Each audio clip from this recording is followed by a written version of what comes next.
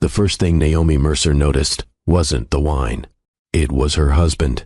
When the glass slipped and deep red wine spread across the front of her white dress, more than 200 people inside the Buckhead Ballroom stopped talking. Someone gasped. Someone laughed because they didn't know what else to do. Naomi never looked at the woman holding the empty glass. She looked at Ethan. He started toward her, then stopped. His eyes drifted to the investors, to the reporters, to the cameras. Only after those few silent seconds did he walk to his wife. By then, something inside Naomi had gone still. She didn't know that several people across the room had already begun whispering about a mistake that had nothing to do with the wine. Before the night was over, Atlanta's biggest business celebration would become the moment everyone remembered for the wrong reason. Welcome to Mr. Graham's story, my beautiful, amazing family. Y'all have been so supportive, and I promise to always do my best to give you the best as I learn and improve every day. If this is your first time watching, comment below with where you're watching from, and subscribe to officially join the family. Long before anyone in Atlanta associated Ethan Caldwell with billion-dollar business deals, he was simply a young executive trying to prove that his family's last name still meant something. Naomi Mercer was trying to prove something completely different. She wanted a career she could respect when she looked in the mirror. Growing up in Southwest Atlanta, she'd watched her father build a construction company, one handshake at a time.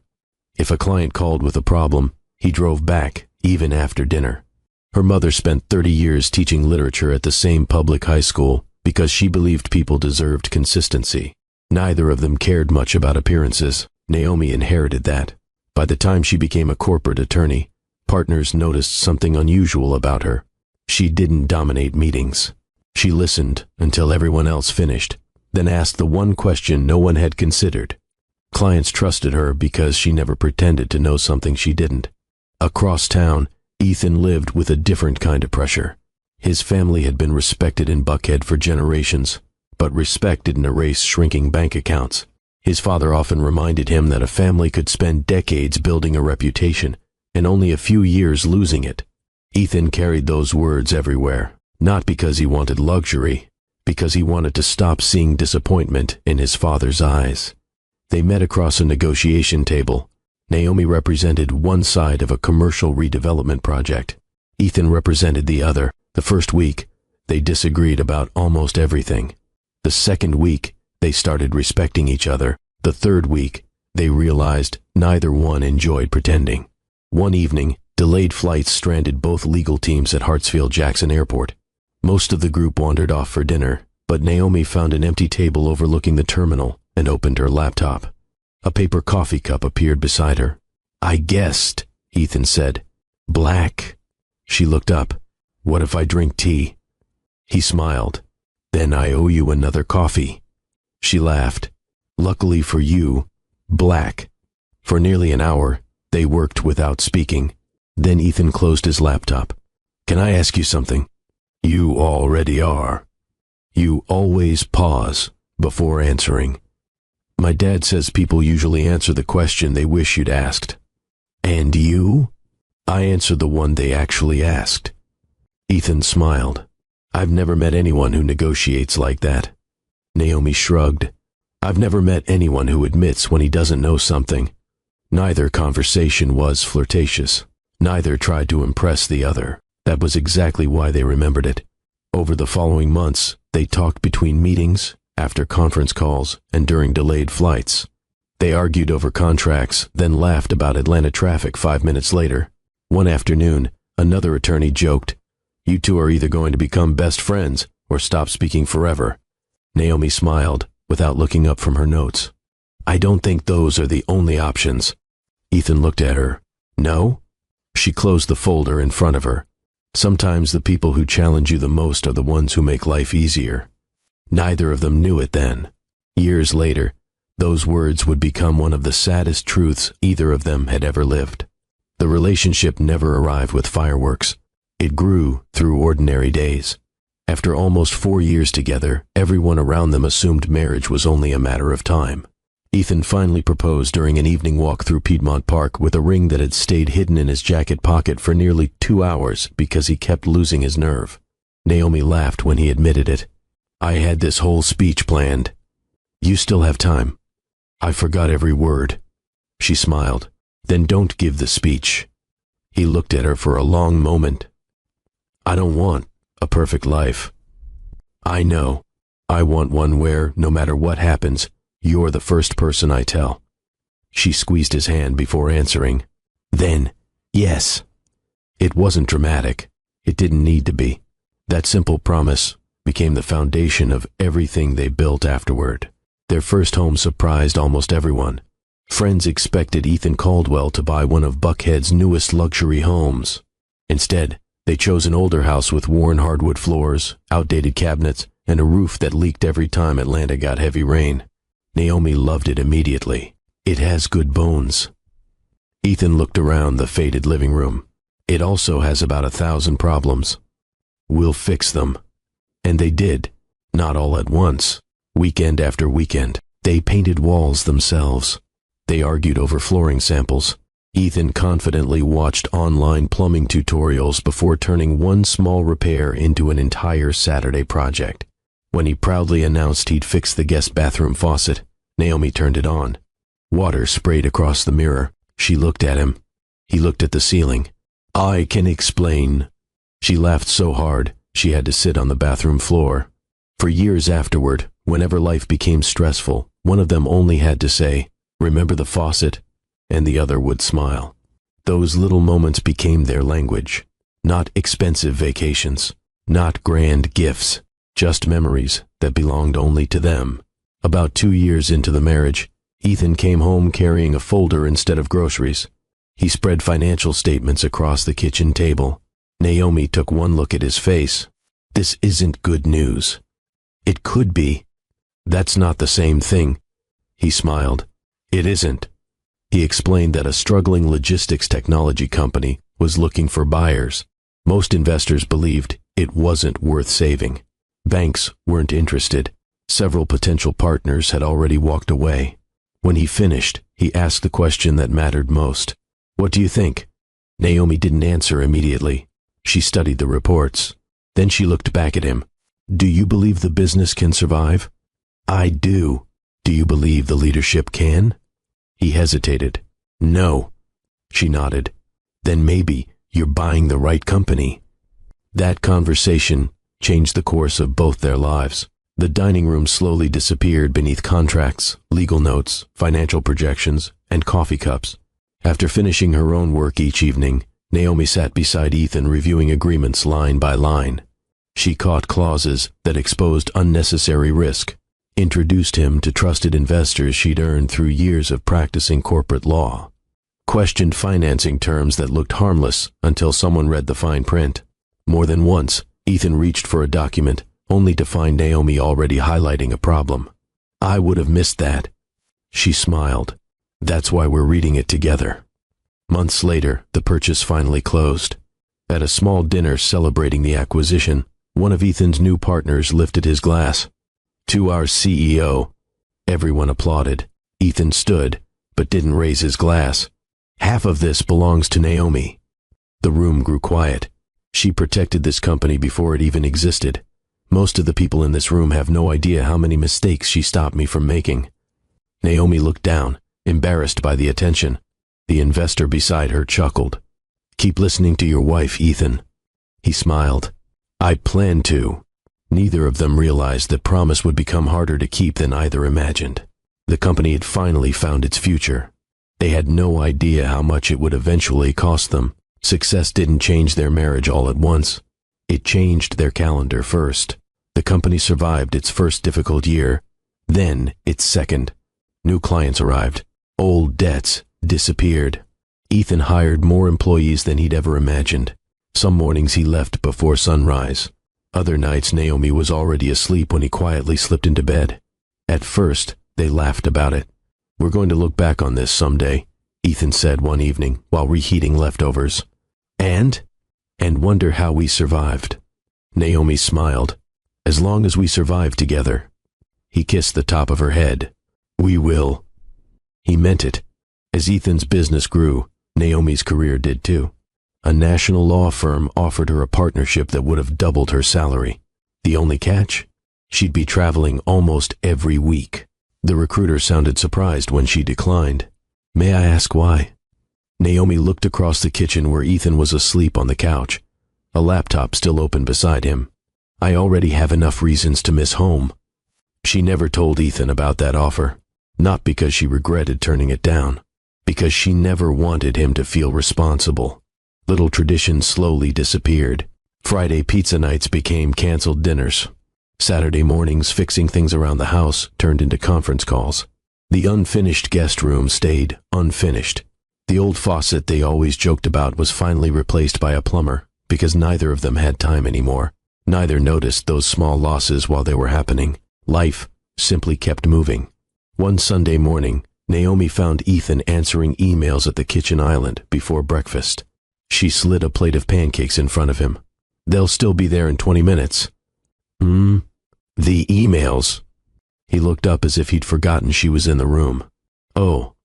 He closed the laptop. "Sorry." "It's okay." They started eating. Less than 2 minutes later, his phone buzzed. He looked at the screen. "I have to take this." Naomi nodded. "I figured." By the time he came back, she'd already cleared the plates. A few weeks later, she suggested something simple. "What if we disappear for a weekend?" He smiled without looking away from his calendar. "After the board meeting." She leaned against the doorway. "You said that before the last board meeting." "I know. This one should be different." She laughed softly. "You always sound like you believe that." "I do." She wanted to believe him too. The first real warning sign wasn't another woman. It wasn't a secret text. It wasn't perfume or late-night excuses. It was one sentence. At a charity fundraiser, Ethan introduced her to a group of investors. "This is my wife, Naomi." He smiled proudly. "She's a corporate attorney." That was all. The conversation moved on. Driving home later that night, Naomi looked out the passenger window. "You used to introduce me differently." Ethan glanced over. "I did?" "You'd say we built the company together."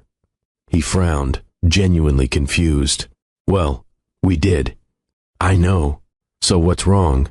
She shook her head. "Nothing." But something had changed. Not because she needed credit.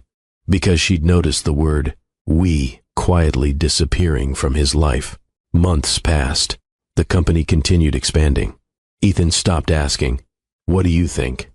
Instead, he started saying, "I've already decided." It wasn't intentional. It wasn't cruel. It was simply faster. One evening, Naomi mentioned counseling while they folded laundry. "Not because something's broken," she said. "Just before we get too busy to find each other again." Ethan smiled and folded another towel. "I think we're okay." "I hope so." He walked over and kissed her forehead. "We've gotten through harder things." She smiled back. "So far." Neither of them realized the conversation mattered. Neither raised their voice. Neither stormed out. The laundry still got folded. Dinner still got made. Life continued exactly as it had the day before. Sometimes that's what makes the beginning of the end so difficult to recognize.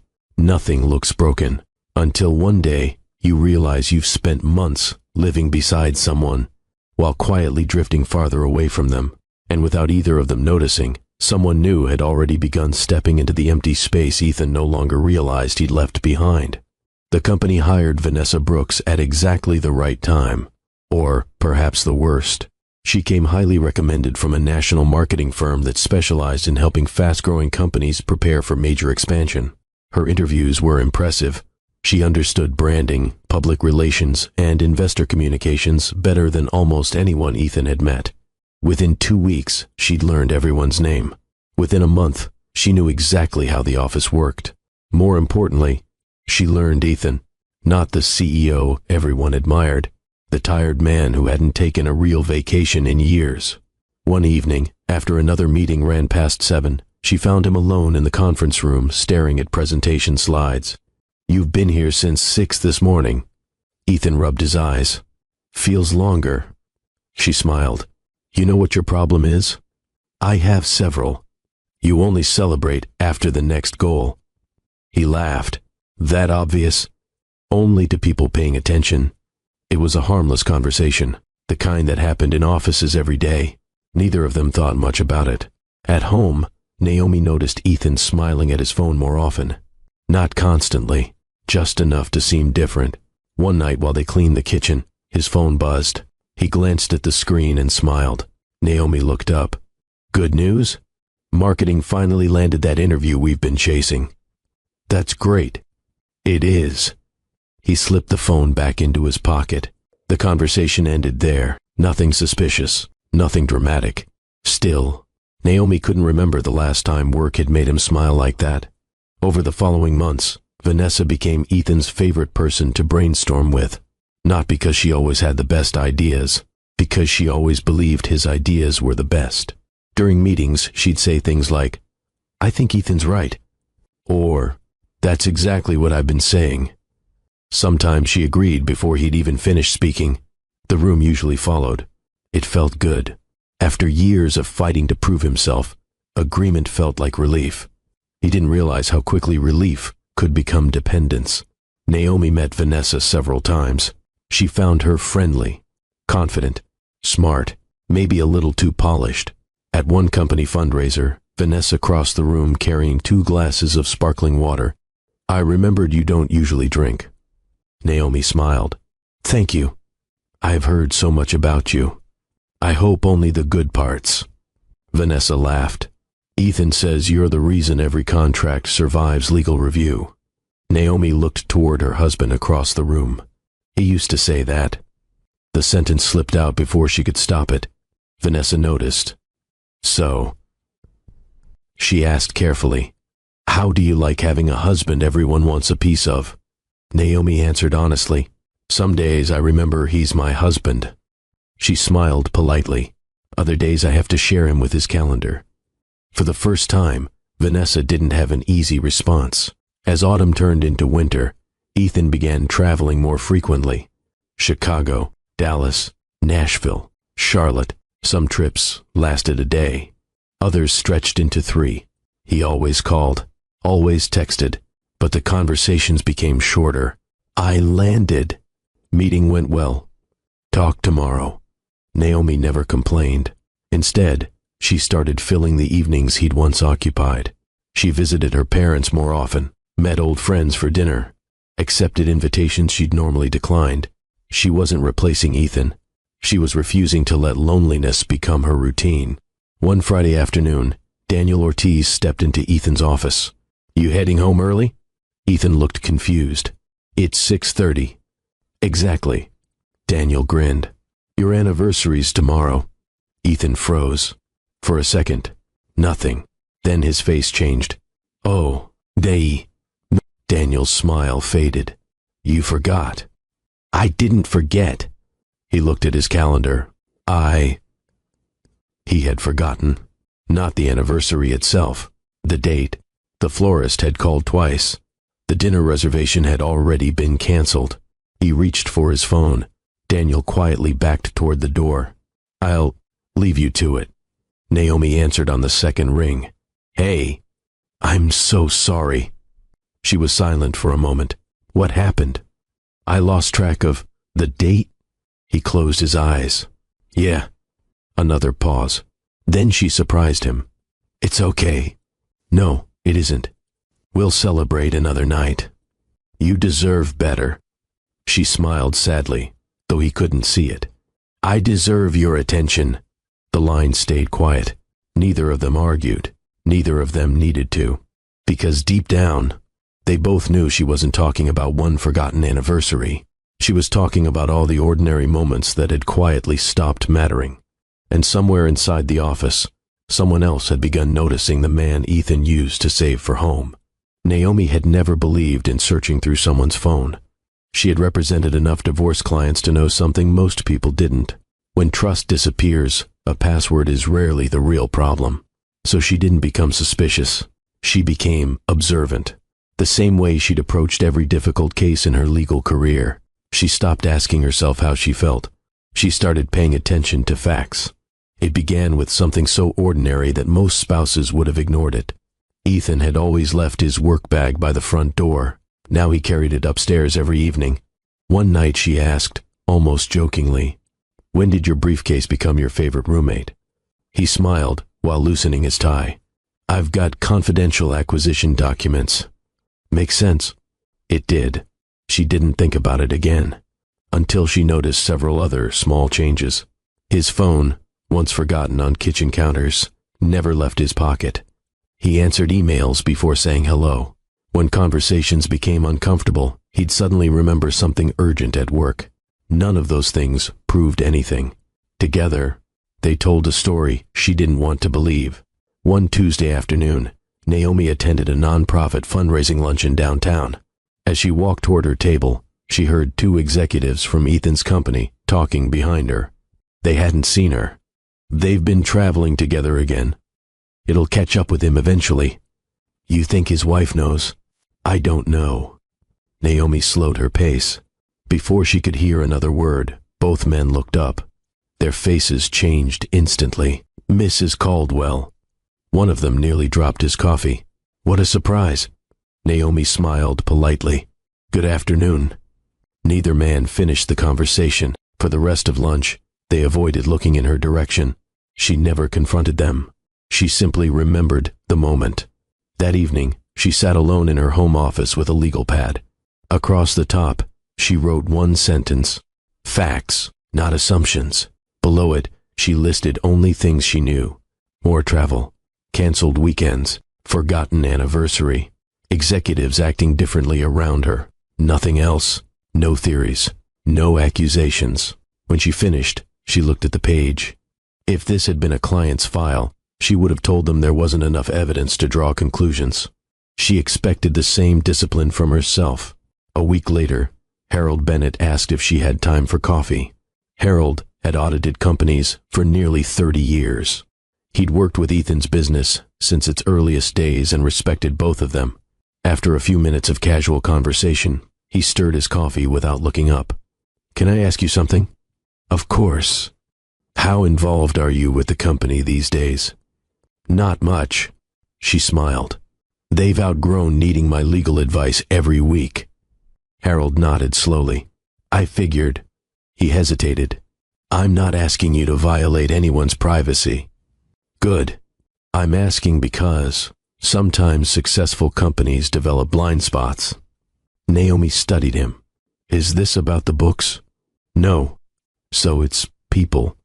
Harold looked out the cafe window. I think it might be. She waited. He chose his next words carefully. If I were advising someone I cared about. He finally met her eyes. I'd tell them to stop assuming everything is fine, simply because nobody's saying otherwise. That was all. No names, no accusations, no gossip. Harold paid for his coffee and stood. I hope I'm wrong. So do I. Driving home, Naomi thought about the conversation. Harold wasn't dramatic. He'd built an entire career avoiding speculation. If he'd chosen to say something, it mattered. Still, she refused to jump to conclusions. That evening, she logged into the company's public records portal. Nothing unusual. She reviewed board minutes available to shareholders. Routine. She checked executive travel schedules released through investor communications. Interesting. Ethan and Vanessa had attended nearly every major conference together during the past 8 months. Marketing and the CEO traveling together wasn't unusual. Traveling together almost every time caught her attention. She closed the laptop.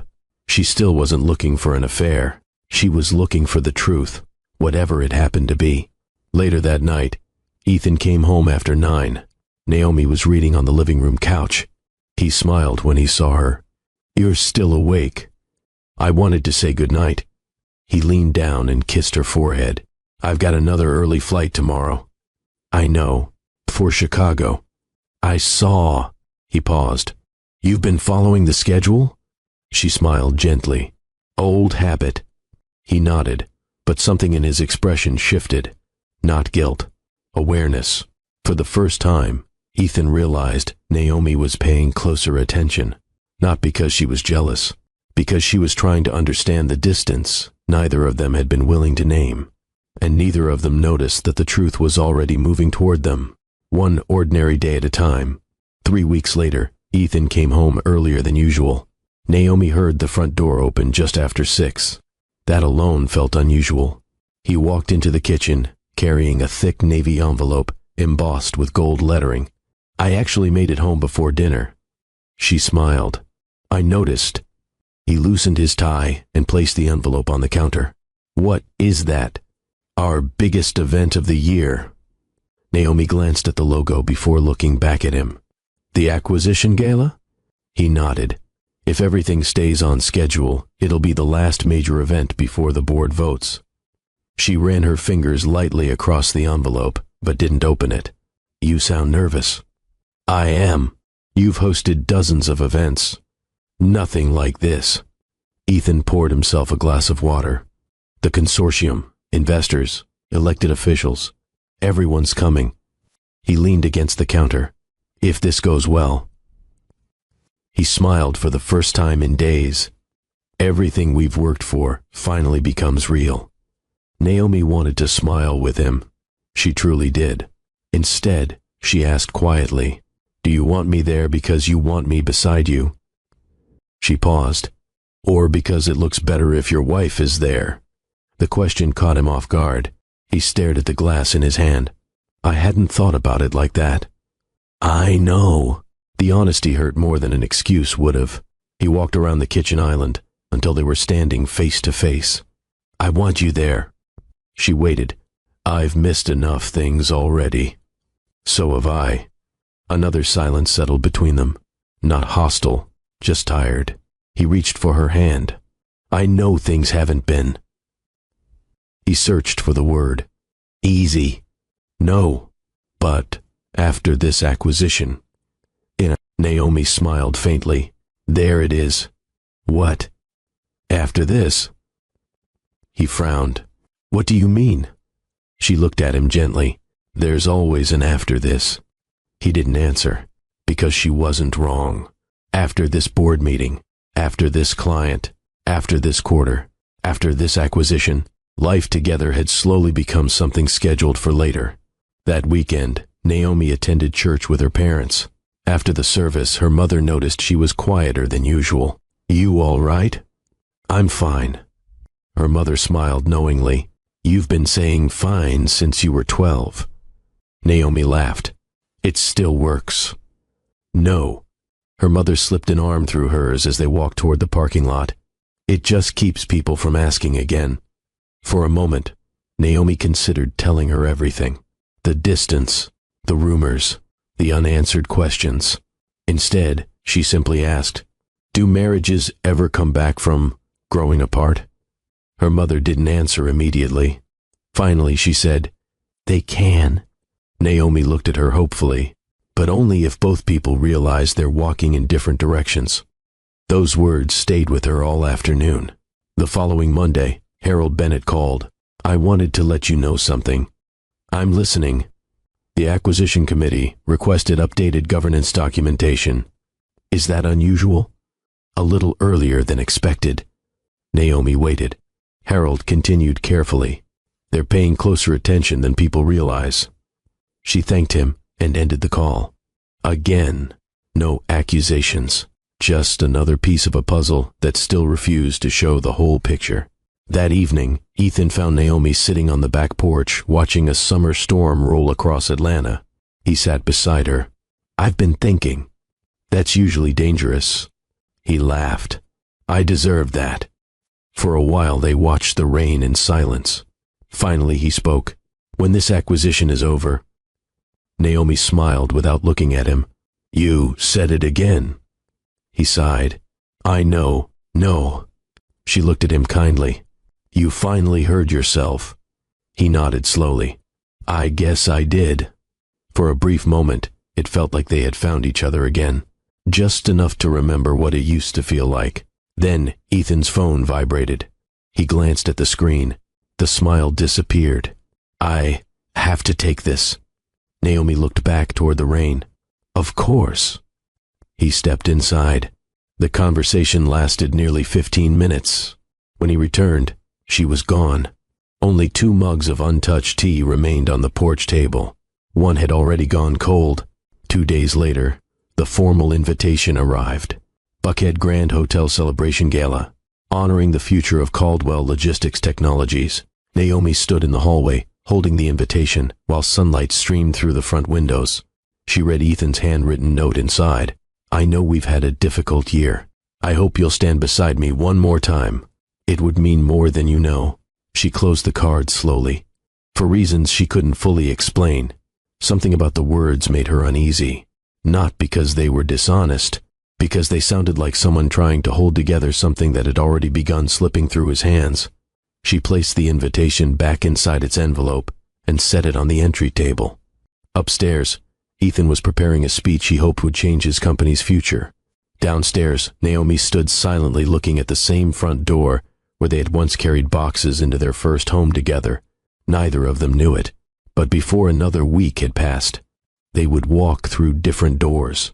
One would enter a ballroom expecting celebration. The other would leave it knowing her marriage had quietly ended long before the first glass of wine was ever poured. By 7 o'clock, the Buckhead Grand Hotel looked less like a hotel and more like the center of Atlanta's business world. Luxury cars lined the entrance. Television cameras waited outside. Inside, crystal chandeliers reflected against polished marble, while waiters moved effortlessly between guests carrying silver trays. The atmosphere wasn't loud. It was careful. Every handshake seemed important. Every conversation sounded expensive.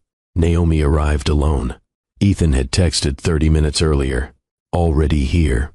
Investors pulled me into another meeting. I'll find you as soon as I can. She replied with one word. Okay. She slipped her phone into her purse and walked into the ballroom. A hostess smiled. Good evening, Mrs. Caldwell. Thank you. Naomi accepted a glass of sparkling water and quietly moved toward the edge of the room. She had attended enough corporate events to know the rhythm. People greeted one another, compared accomplishments, pretended they weren't sizing each other up. She never enjoyed that part.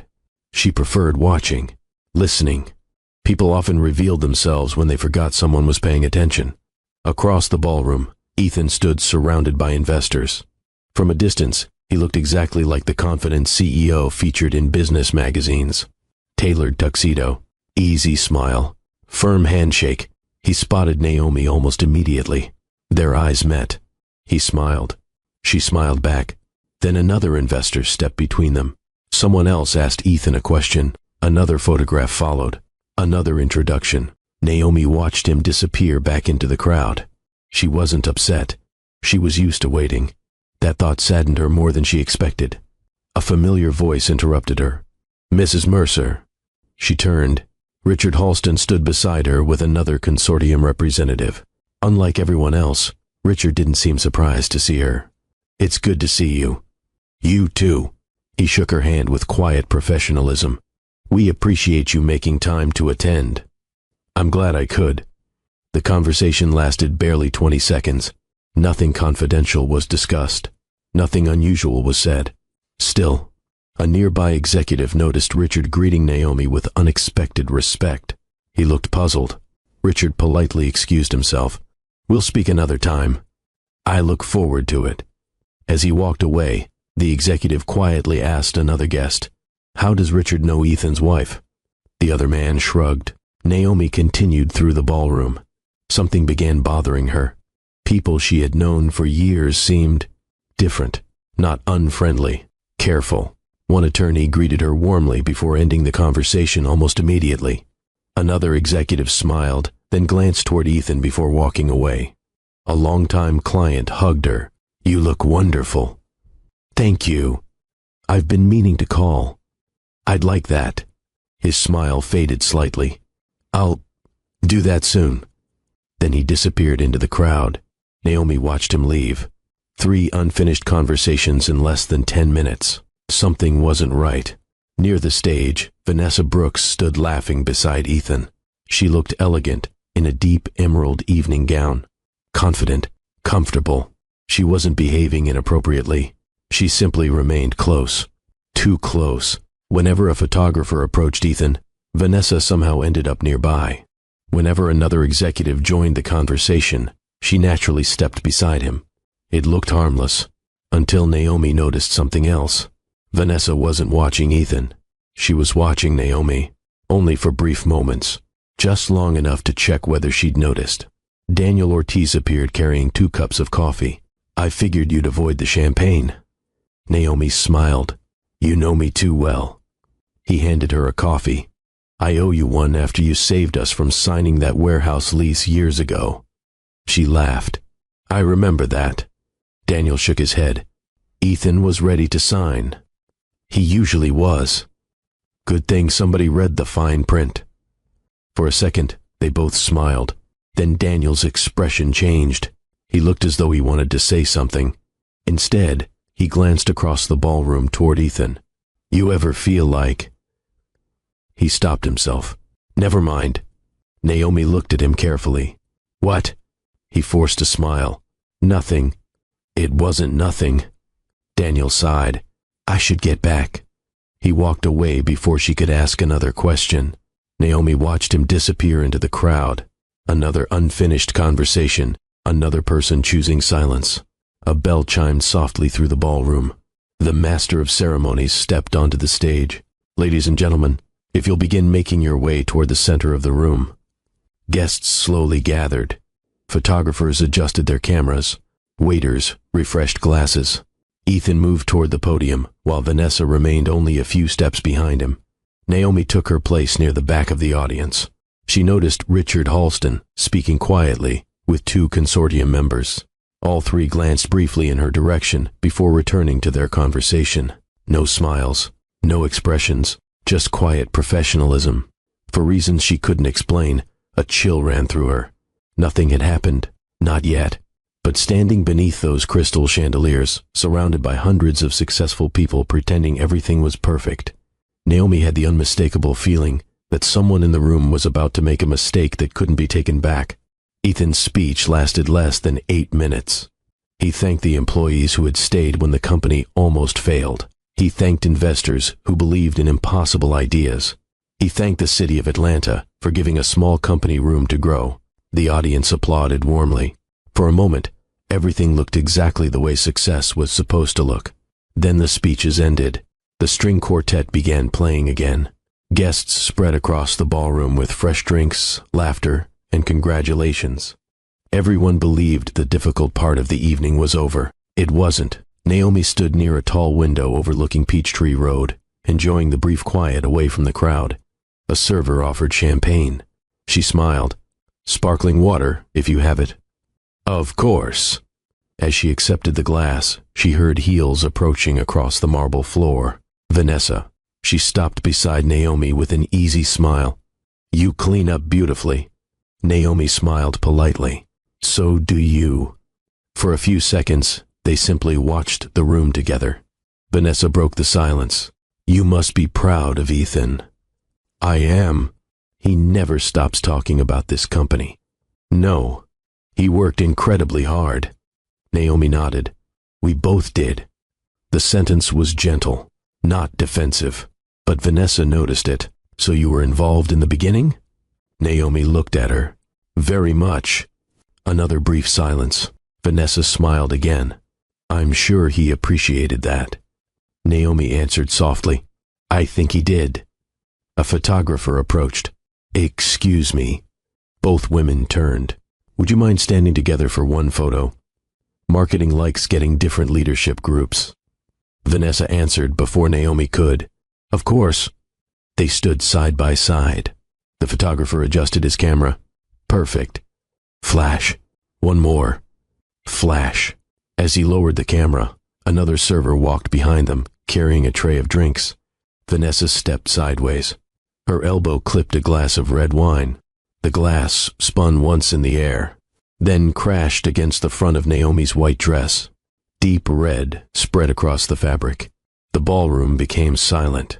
Not instantly. One conversation stopped, then another, then another. Within seconds, more than 200 people were looking in the same direction.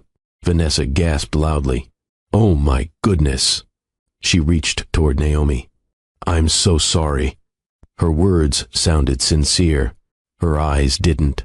Naomi looked down at the stain, then slowly lifted her head. She never looked at the dress again. Across the ballroom, she looked for Ethan. He had already seen it.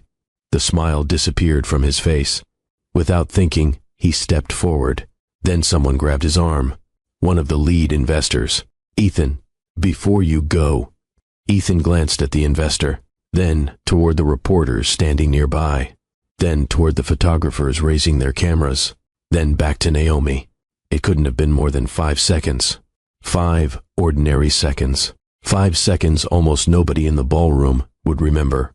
5 seconds Naomi would never forget.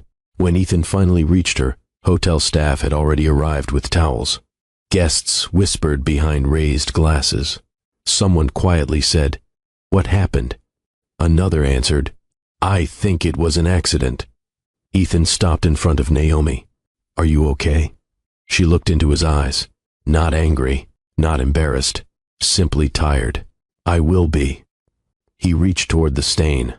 "I'm so sorry." She gave a small nod. "I know." There was no accusation, no shouting, no tears. Somehow, that made the silence even heavier. Vanessa stepped forward again. "I can't believe I did that." Naomi turned to her. "It happens. I'm so embarrassed." Naomi held her gaze for a moment. "So am I." The words were quiet. Most people never heard them. Vanessa did. The hotel manager hurried over. "Mrs. Caldwell, we have a private suite upstairs if you'd like a moment." Naomi smiled gratefully. "Thank you." She started walking toward the ballroom doors. After only a few steps, she stopped. Not because of the stain, because she realized Ethan wasn't beside her. He remained standing near the investors, answering another question, explaining something, working. She watched him for only a second. Then she smiled to herself, a small, almost invisible smile. Not because she was happy, because something finally made sense. For months, she'd been asking herself whether she was imagining the distance between them. She wasn't. You don't measure love by who reaches you first when life is easy. You measure it by who reaches you first when you're standing in front of the whole world, needing no words at all. Naomi turned and walked through the ballroom doors alone. Behind her, conversations slowly started again. Most guests believed they had just witnessed an unfortunate accident. Only a handful of people understood what had actually happened. And across the room, Richard Halston quietly closed the folder he had been carrying. He looked at another consortium trustee and spoke so softly that almost no one heard him.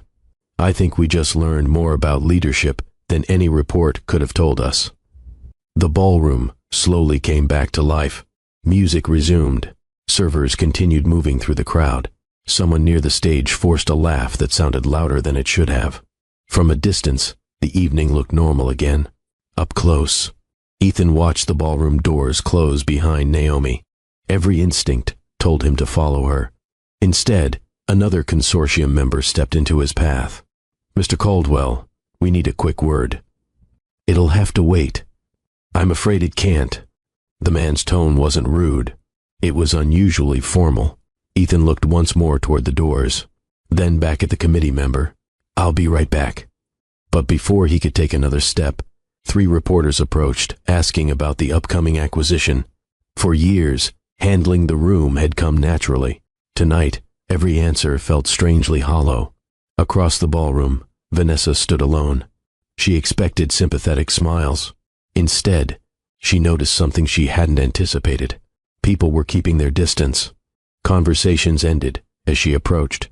One executive, who normally greeted her warmly, simply nodded and walked away. Another picked up his phone the moment she reached the group. She suddenly realized the attention she'd wanted had arrived for all the wrong reasons. Near the back of the ballroom, Richard Halston quietly set his untouched champagne on a nearby table. Another trustee joined him. Neither looked toward Vanessa. Both were watching Ethan.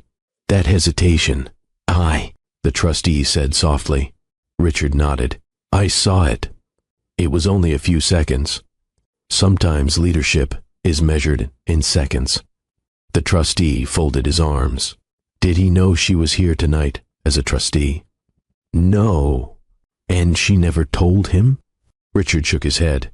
Confidentiality. The trustee looked around the ballroom. So he truly has no idea. No. Richard's eyes remained on Ethan. Daniel Ortiz finally found the courage to walk toward the hotel corridor. He stopped outside the private hospitality suite and gently knocked. "It's Daniel." A few seconds later, Naomi opened the door. She had cleaned most of the wine from the dress, but a faint crimson stain still remained. "You didn't have to come." "I know." He looked uncomfortable. "I just wanted to make sure you were okay." She smiled faintly. "I've had worse days." Daniel almost smiled back. Almost. Then his expression changed. "I've worked with Ethan for 12 years. Naomi waited. "I've never seen him become someone else's favorite audience the way he became hers." The words surprised even him. He hadn't planned to say them. Naomi didn't ask for names. She didn't ask for details. Instead, she quietly asked, "When did you first notice?" Daniel looked at the floor. "I wish I'd noticed sooner." He swallowed. "I kept telling myself it wasn't my place." Another painful silence settled between them. Finally, Naomi nodded once. "Thank you for being honest." Daniel left feeling lighter. Naomi closed the door and leaned against it. Not because Daniel had confirmed her fears, because someone had finally stopped pretending. A few minutes later, there was another knock. This time it was Richard. "I hope I'm not interrupting." "You aren't." He stepped inside. "I won't stay long." He looked at the faint stain on her dress. "I'm sorry about what happened." Naomi smiled politely. "It wasn't the dress." Richard understood immediately. "No, it wasn't." He hesitated before continuing. "I thought you should know. The committee has decided to move tomorrow's governance session to first thing in the morning." Naomi nodded. "I'll be there." Richard studied her for a moment. "Can I ask you something?" "Of course." "Will what happened tonight affect your judgment tomorrow?" Naomi answered without taking even a second to think. "No." Richard wasn't surprised. "I believed you'd say that. My marriage and my responsibilities aren't the same thing." "I know." She looked directly at him. "I won't punish a company because my husband disappointed me." Richard smiled with quiet respect. "That's exactly why people trust you." When he left, Naomi stood alone in the room once again. She slowly removed her wedding ring, not because she'd made a final decision, because for the first time since Ethan had slipped it onto her finger years earlier, it felt heavier than it ever had before. She placed it carefully beside the sink, then looked at herself in the mirror. The stain across the dress would probably never disappear. Neither would the memory of those 5 seconds. She whispered only 4 words. "So this is enough." Not enough to hate him, not enough to seek revenge. Just enough to stop pretending everything could be explained away. Back downstairs, Ethan finally escaped the reporters. He headed straight toward the elevators. His phone rang. The caller ID read, "Richard Halston." He answered immediately. "Richard, I'm actually on my way," Richard interrupted gently. "Tomorrow, 8 o'clock. "The meeting?" "Yes." "I'll be there." There was a brief pause. Then Richard added, "Come prepared to discuss leadership." The line went dead. Ethan stared at the phone. Leadership? Not financial projections. Not valuation. Leadership. For reasons he couldn't explain, those 5 seconds in the ballroom suddenly felt much longer. And as the elevator doors opened before him, Ethan had the unsettling feeling that tomorrow's meeting would no longer be about closing the biggest deal of his career. It would be about whether he still deserved to lead it at all. The following morning, Atlanta looked exactly the same. Traffic filled Peachtree Street. Coffee shops opened on schedule. Office towers reflected the morning sun. Only a handful of people knew that one decision inside a downtown boardroom could change the future of a billion-dollar acquisition. Ethan arrived before 8. He hadn't slept much. Every time he closed his eyes, he saw Naomi standing alone in that white dress. Not the wine, the look she gave him afterward. It wasn't anger. It was acceptance. That frightened him more. The boardroom was unusually quiet. Normally, there would be small talk before meetings. This morning, there was almost none. Executives nodded politely. Laptops opened. Coffee cups rested untouched. Daniel Ortiz sat beside Ethan. He leaned over quietly. "Feels different today." Ethan nodded. It does. Neither man spoke again. At exactly 8 o'clock, Richard Halston entered. "Good morning, everyone." A few greetings followed. Richard looked toward the empty chair at the far end of the conference table. "We're waiting for one final participant." Ethan assumed another investor had been delayed. He checked his watch. Then the conference room door opened. Naomi walked in. She wore a charcoal gray suit, carried her familiar leather portfolio, and looked exactly like the attorney Ethan had first met years ago. Focused, professional, composed. She smiled politely. "Good morning." What happened next confused Ethan. Richard immediately stood. "So good to see you, Ms. Mercer." 2 other trustees stood as well. One shook her hand. Another pulled out the chair beside him. No one greeted her as the CEO's wife. They greeted her as someone they already knew, someone they respected. Ethan frowned. He looked toward Daniel. "You knew?" Daniel looked genuinely confused. "Knew what?" Ethan stopped. He didn't even know what he was asking. Richard waited until everyone had taken their seats. Then he spoke. "Before we begin today's governance review, I'd like to formally introduce everyone attending." He worked his way around the room. Financial advisors, outside counsel, institutional investors, committee members. Finally, he looked toward Naomi, and representing Mercer Legacy Holdings. The room became noticeably quieter. Successor trustee Naomi Mercer. Silence. One executive actually lowered his pen. Another slowly turned toward Naomi. Daniel blinked twice. The company's chief financial officer whispered, "Wait." Ethan didn't move. For a moment, he honestly wondered if he'd misheard. Richard continued as though nothing unusual had happened. "As everyone here knows, Mercer Legacy Holdings has served as one of this consortium's principal institutional partners for several years." Several trustees nodded. "This morning, Trustee Mercer joins us in her governance capacity. Not as Ethan's wife, not as a guest. She belonged in the room." Ethan's thoughts raced backward. The trustee meetings, the legal conferences, the evenings Naomi had mentioned reviewing investment documents. He remembered asking once, "Anything exciting?" She'd smiled. "Mostly governance." He'd laughed. "I'll leave that to you." He had, without ever asking another question. Richard distributed the meeting agenda. Naomi quietly reviewed the documents, making a few notes in the margin. She never looked toward Ethan, not because she was avoiding him, because she was working, exactly as she always had. The realization hit him unexpectedly. For years, he'd assumed he was the ambitious one. Now, he understood something he'd somehow missed throughout their marriage. Naomi had never been standing behind him. She'd been standing beside people he didn't even know she advised. One of the consortium trustees looked around the room. "For clarity," he said, "Trustee Mercer has participated in governance reviews involving multiple investments over the past several years." Another trustee added, "Her recommendations have consistently strengthened long-term institutional oversight." Again, no one sounded impressed. They sounded matter-of-fact, as though this had been common knowledge, because to them, it was. Only Ethan had never known. Richard finally closed the introductions. "Let's begin." He looked around the table. "Our responsibility today is straightforward." He paused. "We are not evaluating yesterday's gala. We are evaluating whether this company's leadership is prepared for the responsibilities that come with the acquisition." The room became perfectly still. For the first time since founding his company, Ethan wasn't the most respected voice at the table. He glanced toward Naomi. She was reading the agenda with complete concentration. Not once had she tried to embarrass him. Not once had she reminded anyone she was his wife. She simply came prepared to do her job. And somehow, that hurt more than if she'd walked into the room determined to destroy him. No one rushed into difficult questions. That surprised Ethan.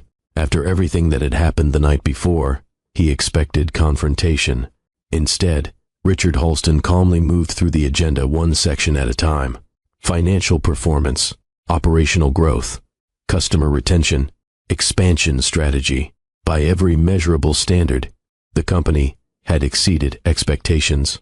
The numbers were impressive. The room acknowledged it. No one argued otherwise. Richard closed the financial report. I believe we can all agree the company is financially strong. Several committee members nodded. Then he opened a different folder. Now we need to discuss governance. The atmosphere changed immediately.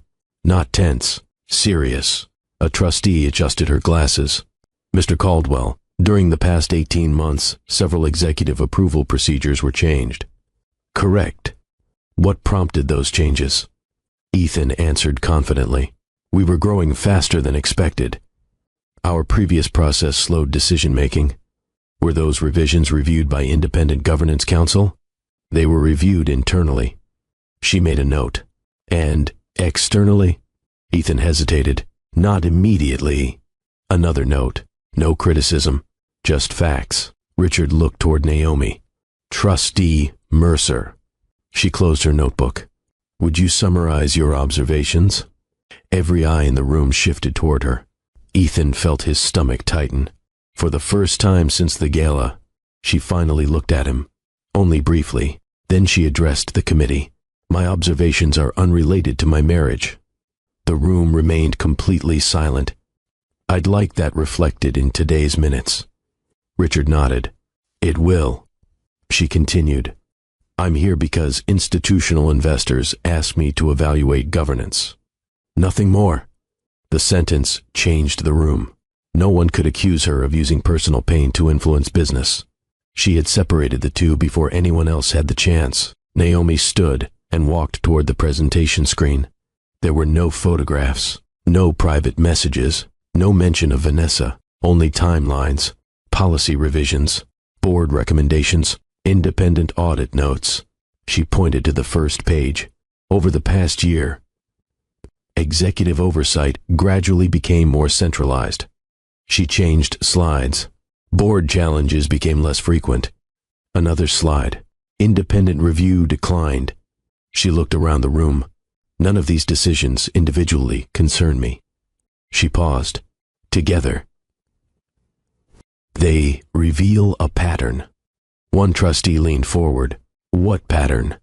Naomi answered simply. A leadership team that slowly stopped inviting disagreement. She wasn't attacking Ethan. She was describing something she'd watched happen over years. When organizations succeed, she said, people naturally become more willing to agree with successful leaders. She looked directly at the committee. That's why governance matters. It protects leaders from themselves. Silence settled over the room. Then Richard asked, when did you first begin documenting these concerns? Naomi opened another folder. Approximately 11 months ago. She handed copies around the table. Every page carried dates, meeting notes, policy references, professional observations, nothing emotional, nothing personal, everything documented long before the gala. Ethan stared at the first page. He recognized Naomi's handwriting immediately. He also recognized the dates. She hadn't started documenting concerns after discovering the affair.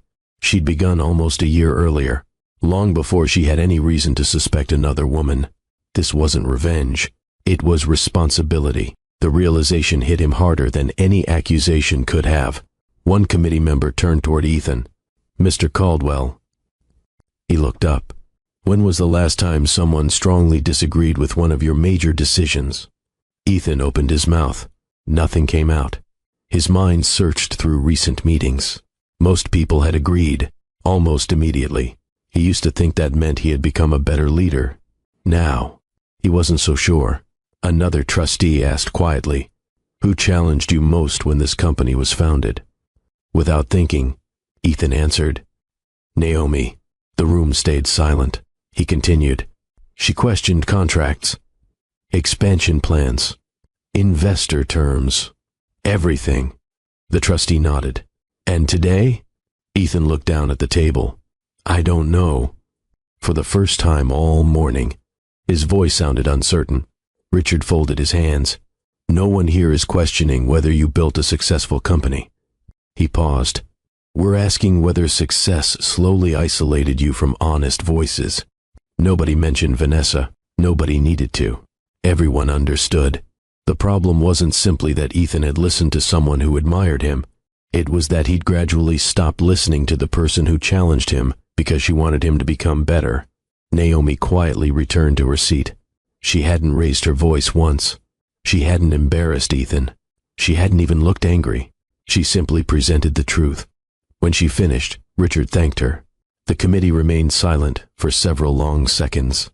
Finally, one trustee closed his folder and spoke the sentence Ethan would remember for the rest of his life. Financial success tells us what a company has achieved. He looked directly at Ethan. Character tells us whether we can trust it with what's next. For the first time since founding Caldwell Logistics Technologies, Ethan wasn't worried about losing the acquisition. He was worried that he'd spent years becoming the kind of leader Naomi had quietly been trying to protect him from becoming. The meeting ended without a vote. No one announced a decision. No one congratulated anyone. The trustees simply closed their folders and agreed to reconvene after reviewing the revised governance recommendations. For months, Ethan had imagined this meeting ending with handshakes and celebration. Instead, people left in thoughtful silence. That worried him more. Most of the executives headed toward the elevators. Others gathered in small groups discussing policy revisions. Ethan remained seated. The boardroom slowly emptied around him. For the first time in years, no one was asking for his opinion. No one needed his signature. No one was waiting for instructions. The quiet felt unfamiliar. Daniel Ortiz returned to collect his laptop. He looked at Ethan for a long moment. "You okay?" Ethan gave a tired laugh. "I don't think I've earned the right to say yes." Daniel pulled out the chair beside him. "You know," he said carefully, "I almost quit last year." Ethan looked up. "You what?" Daniel nodded. "I loved working here. I just stopped recognizing the place." Ethan frowned. "Why didn't you tell me?" Daniel smiled sadly. "I tried." He shrugged. "Every time I started, someone would say." He imitated Ethan's voice without mocking him. "Let's keep moving. We don't have time." Ethan stared at the conference table. He remembered saying it. Hundreds of times. Daniel continued. "People stopped disagreeing with you. I thought that meant they trusted me. They respected you." He paused. "But they stopped believing you'd listen." Those words stayed in the room long after Daniel quietly walked away. Ethan remained alone. His eyes drifted toward the chair Naomi had occupied. He could almost picture the early years again. Their dining room table covered in contracts, pizza boxes stacked in the corner, coffee growing cold while they debated legal language. Back then, every major decision began with the same question. "What do you think?" He couldn't remember the last time he'd asked it. Not because Naomi stopped having good ideas, because somewhere along the way, he had convinced himself he no longer needed them. Another memory surfaced unexpectedly: the warehouse lease. Years earlier, Ethan had been ready to sign immediately. Naomi had quietly stopped him. "Read page 32. He'd laughed. "Nobody reads page 32. "You should." Hidden inside one paragraph was a clause that would have cost the company millions. Afterward, he'd wrapped his arms around her in the kitchen. "I'd be lost without you." She'd smiled. "No. You'd just be more expensive." They'd laughed together. The memory hurt, because he couldn't remember the last time they'd laughed like that. A soft knock interrupted his thoughts. Richard Halston stepped inside. "I hope I'm not interrupting." "No." Richard closed the door behind him. "I wanted to explain the committee's position." Ethan nodded. "I'm listening." Richard remained standing. "Last night's gala didn't change our opinion of your company. It confirmed concerns that already existed." Ethan looked down. "I figured. We've watched your business grow for years. You've built something impressive." He paused. "But success has a way of shrinking the circle around a leader." Richard folded his hands. "The people who admire you become louder. The people who challenge you become quieter." He looked directly at Ethan. "The wisest leaders notice when that happens." Ethan answered honestly, "I didn't." Richard glanced toward the hallway. You know what impressed the committee most this morning? Ethan assumed the answer would involve governance. Instead, Richard said, "Your wife." Ethan closed his eyes briefly. "I know, no." Richard shook his head gently. "I don't think you do." He continued, "She could have walked into that room angry. She could have mentioned the affair. She could have embarrassed you." He let the words settle. She never once used her personal pain to strengthen her professional argument. He smiled faintly. "That's rare." Then Richard quietly left. Nearly 15 minutes passed before Ethan finally stood. Instead of heading toward the elevator, he walked to the large conference room window overlooking downtown Atlanta. Hundreds of people moved through the streets below. Nobody knew who he was. Nobody cared about billion-dollar acquisitions. Life continued. He suddenly realized how much energy he'd spent chasing respect from strangers while overlooking the respect waiting for him at home. His phone buzzed. It wasn't a board member. It wasn't an investor. It was a reminder from his calendar. Dinner with Naomi. Canceled 3 months ago. He had never deleted it. He stared at the screen for several seconds before quietly dismissing the notification. Not because it no longer mattered, because he finally understood how many moments he'd treated as temporary, only to discover they were gone forever. That afternoon, Ethan drove home instead of returning to the office. The house was quiet. Naomi wasn't there. On the kitchen counter sat 2 mugs. One still had a tiny chip near the handle, the one he'd dropped during their first year of marriage. Naomi had refused to throw it away. "It still works." She'd laughed. So do imperfect people. Ethan picked up the mug and turned it slowly in his hands. For years he'd believed success meant building something people admired. Standing alone in the quiet kitchen, he finally understood what success had actually been. It had been the woman willing to tell him the truth before anyone else did. And he had spent years replacing that voice with people who only told him what he wanted to hear. For the first time, the possibility of losing the acquisition no longer felt like the greatest failure of his life. The possibility of losing Naomi did. Naomi chose the place carefully. Not a lawyer's office, not their house, not a restaurant where people might recognize them. She texted Ethan one sentence. "Piedmont Park, Saturday, 6 o'clock. He replied almost immediately, "I'll be there." Ethan arrived 20 minutes early. He sat on the same bench where he'd asked Naomi to marry him nearly 12 years earlier. Back then, he'd been terrified she'd say no. Today, he was afraid she'd already stopped caring enough to answer. When he heard footsteps behind him, he stood. Naomi smiled politely. "Hi." "Hi." For a second, they simply looked at one another. Neither hugged. Neither reached for the other. Some distances couldn't be crossed automatically anymore. "Walk?" she asked. He nodded. "I'd like that." The walking trail was busy with joggers, families, and couples walking dogs. Life continued around them. Neither noticed much of it. For several minutes, they walked without speaking. This time, the silence wasn't uncomfortable. It was honest. Finally, Ethan broke it.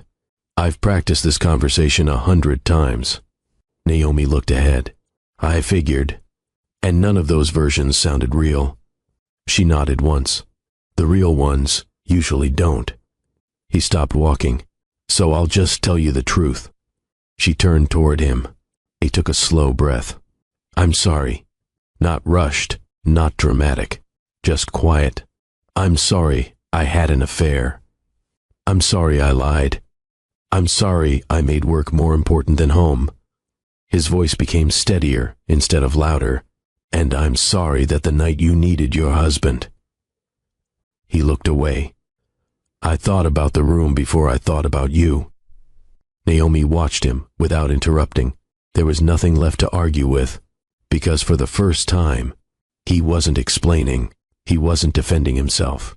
He wasn't blaming pressure. He wasn't blaming success. He wasn't blaming Vanessa. He was blaming himself. "I kept telling myself I was doing all of it for us." He laughed bitterly. "Somewhere along the way, I forgot there wasn't an us without you." Naomi lowered her eyes. "I waited a long time to hear that." "I know. I just wish you'd realized it sooner." "So do I." Another silence.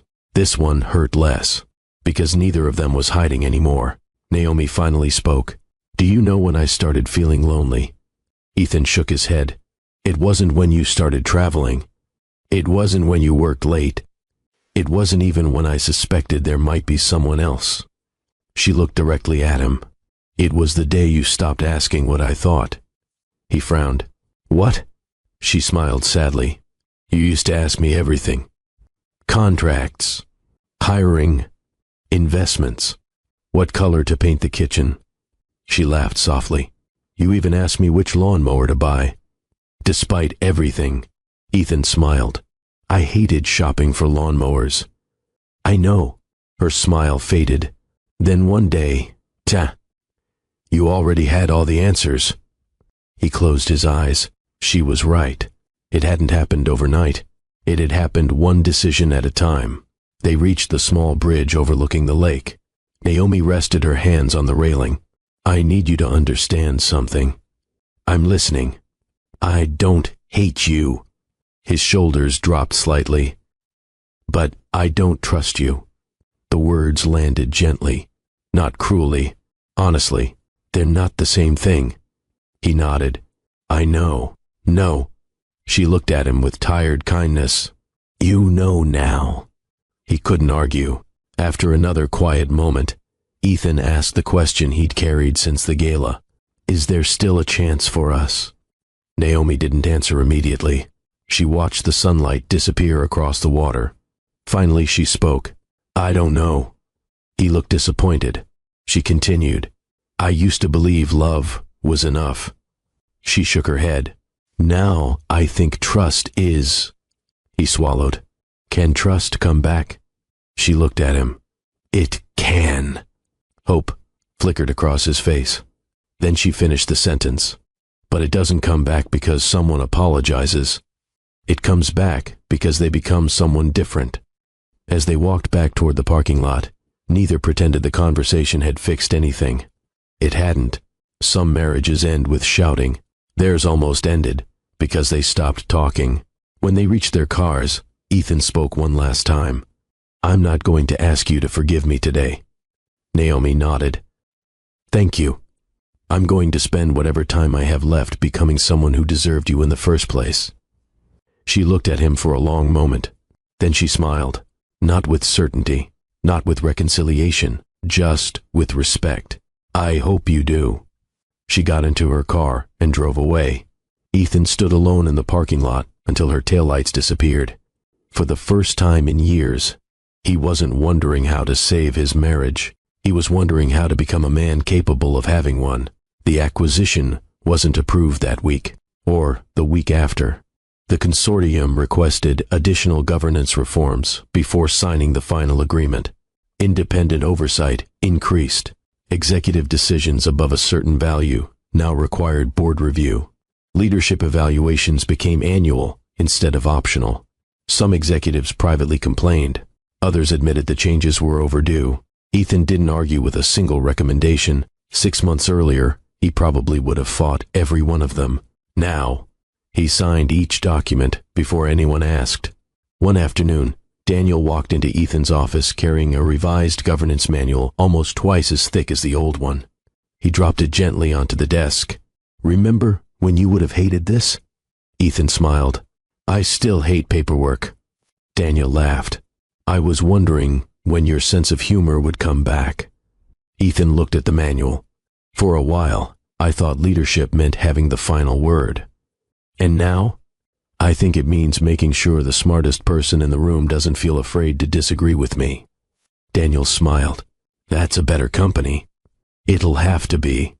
The board eventually reached its decision. The acquisition would move forward, not because concerns had disappeared, because the company had addressed them honestly. Ethan would remain CEO, but under expanded board oversight during the transition period. Months earlier, he might have seen that as humiliation. Instead, he viewed it as accountability. For the first time in years, he welcomed it.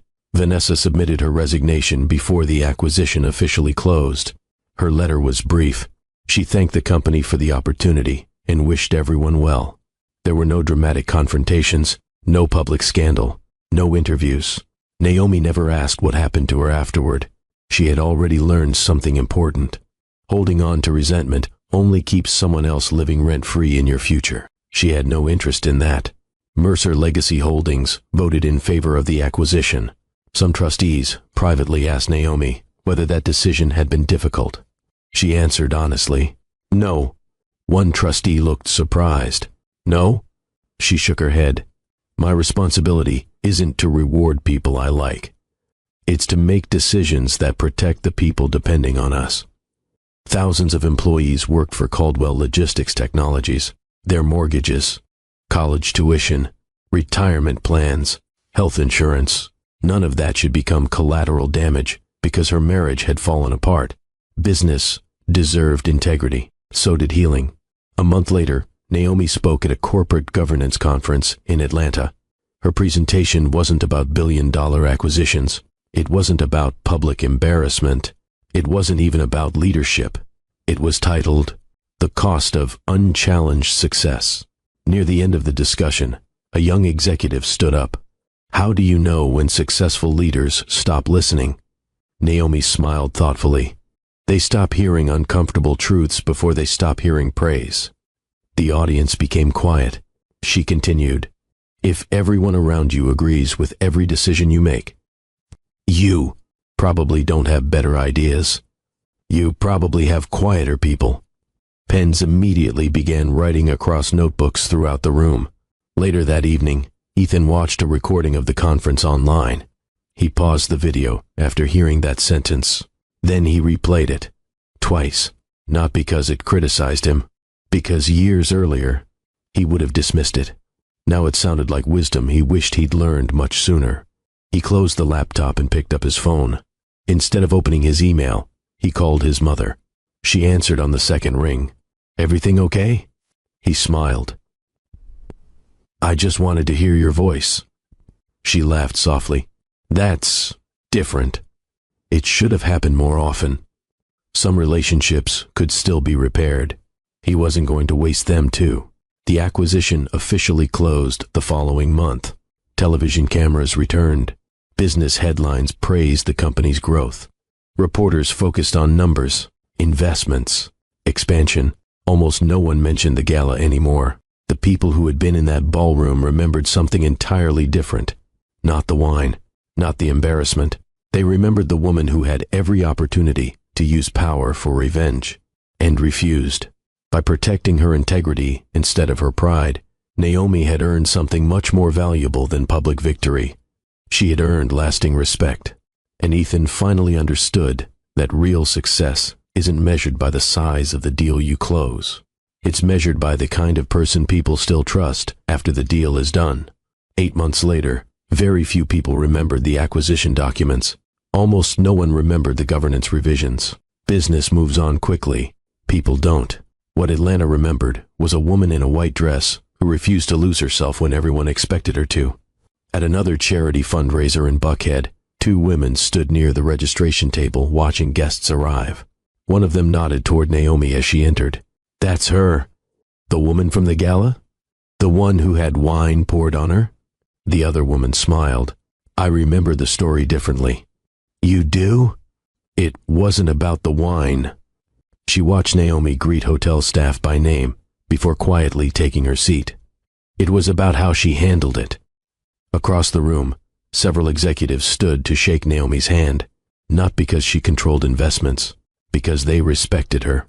Reputations built on dignity tend to last longer than those built on applause. Naomi hadn't changed very much. She still carried the same leather portfolio, still arrived a few minutes early, still preferred listening before speaking. Young attorneys had started asking if they could meet her for coffee, not to discuss billion-dollar deals, to ask how she remained calm when life became unfair. She always smiled at the question, you practice on ordinary days. One young lawyer looked puzzled. What do you mean? Naomi stirred her coffee thoughtfully. If you only decide who you want to be after life becomes difficult. You're already late. The young attorney wrote the sentence in her notebook. Years later, she would still remember it. Ethan's life looked successful from the outside. The company continued growing. Employees felt more comfortable speaking openly. Board meetings became healthier. When someone challenged one of Ethan's ideas, he no longer defended it automatically. Instead, he'd smile and ask, "Tell me what I'm missing." The first time he said it, the room became silent. Daniel laughed. "There he is." Ethan smiled. "I should have asked that years ago." Trust slowly returned, not because people forgot, because they saw consistent change. One Saturday morning, Ethan drove past the old hardware store where he and Naomi used to buy supplies while renovating their first house. Almost without thinking, he pulled into the parking lot. Inside, he wandered through the plumbing aisle, the same aisle where they'd once argued about faucets. He smiled to himself, then laughed quietly. An older employee looked over. "You find something funny?" Ethan shook his head, just remembering someone who was usually right. The employee grinned.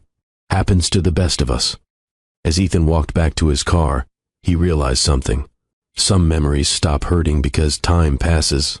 Others stop hurting because gratitude finally replaces regret. A few weeks later, Naomi received a handwritten envelope. No return address. Inside was a single note. "You showed my daughter that strength doesn't have to be loud. Thank you." There was no signature, no explanation. She folded the note carefully and placed it inside her portfolio. Not because she needed praise, because sometimes the quietest encouragement arrives from people you'll never meet. Late one autumn afternoon, Naomi visited the house she and Ethan had renovated years earlier. The property had recently been sold to a young couple expecting their first child. The new owners recognized her from the closing paperwork. "You helped save us a fortune during inspection." Naomi smiled. "I'm glad." The young husband laughed. "We're already arguing over paint colors." His wife rolled her eyes. "He thinks he knows how to fix plumbing." Naomi couldn't help laughing. "Be careful." "Why?" "The internet has convinced a lot of good people they're master plumbers." All three laughed together. For just a moment, the memory didn't hurt. It simply reminded her that life keeps moving. New families, new beginnings, new chances. Months later, Ethan and Naomi crossed paths again at a civic leadership luncheon. There were no whispers this time, no awkward glances, no tension, only two people greeting each other with quiet respect. "Hi, Naomi." "Hi, Ethan. You look well." "So do you." He smiled. "I finally took a vacation." She raised an eyebrow. "Without your laptop?" He smiled sheepishly. "It nearly killed me." She laughed. A real laugh, the kind he hadn't heard in years. For a brief second, they weren't two people carrying the weight of old mistakes. They were simply two people who remembered who they used to be. The moment passed. Neither tried to hold on to it. Some endings don't need to become beginnings again to have value. Looking back, the most expensive mistake Ethan Caldwell ever made wasn't nearly losing $1 billion acquisition. It wasn't trusting the wrong employee. It wasn't even the affair itself. His greatest mistake was believing that quiet loyalty would always be waiting for him, no matter how little attention he gave it. Naomi Mercer never needed to tell the room who she was. She never raised her voice. She never sought revenge. She never used power to settle personal pain. In the end, the people who had watched red wine spill across a white dress stopped talking about humiliation. They started talking about character, because pressure doesn't create character, it reveals it. And on the night everyone thought Naomi Mercer had been embarrassed, she was the only person in the ballroom who walked away with nothing to hide. Before you go, I'd love to hear from you. Do you think Naomi made the right choice by walking away with her dignity instead of seeking revenge? Or, if you were in Ethan's shoes, do you believe a marriage like this can truly recover after trust has been broken? Share your thoughts in the comments because I read them, and I genuinely enjoy seeing the different perspectives this community brings. If this story touched your heart, reminded you of someone, or gave you something to think about, please take a moment to like this video and subscribe to Mr. Graham Stories. It helps this channel grow and allows me to keep bringing you realistic, heartfelt stories that stay with you long after they're over. Until next time, take care of yourself, take care of the people who love you, and remember this: success may earn applause, but it's character that earns trust. And once trust is neglected, winning it back is far harder than building wealth. I'll see you in the next story.